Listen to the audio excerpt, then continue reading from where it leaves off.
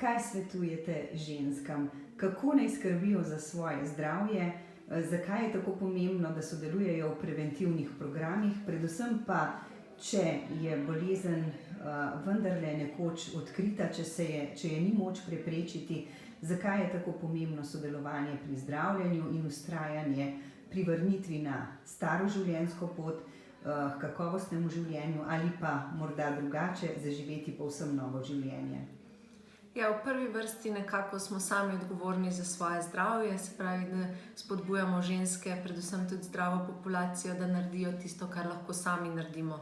Torej, prevzamemo zdrav življenjski slog, zdrave navade, se izognemo kajenju, pretiranemu pitju alkohola in vzdrževanju primerne telesne teže, smo primerno telesno aktivni.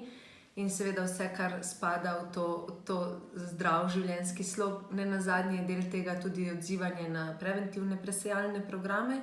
Pri ženskah seveda so to trije, vsi trije, Dora, Zora in Svit. Dora je pa tista, ki odkriva zgodnje spremembe na dojkah. Tako da apeliramo na vse ženske, da se odzovejo temu povabilu, ko ga dobijo. Ko pa ne ustrezajo tem letom in seveda tudi med leti, ki ustrezajo presejanju, pa jih pozivamo, da se redno, mesečno samo pregledujejo dojke, dobro pretipajo, spoznajo svoje dojke in bodo tako hitreje ugotovile, če bo prišlo do kakšnih sprememb. In hitreje kot bolezen odkrijemo, boljše, bolj učinkovito in tudi manj obsežno je zdravljenje.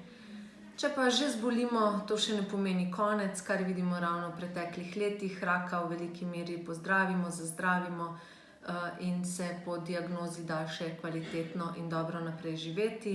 V veliki večini primerov pa slišimo, da ženske celo po bolezni bolje živijo oziroma bolje zaživimo na tak način, da določene stvari spremenimo, postavimo sebe na prvo mesto, ko se mogoče prej nismo, začnemo delati stvari tudi zase, za naše zadovoljstvo in mogoče komu kdaj tudi rečemo ne.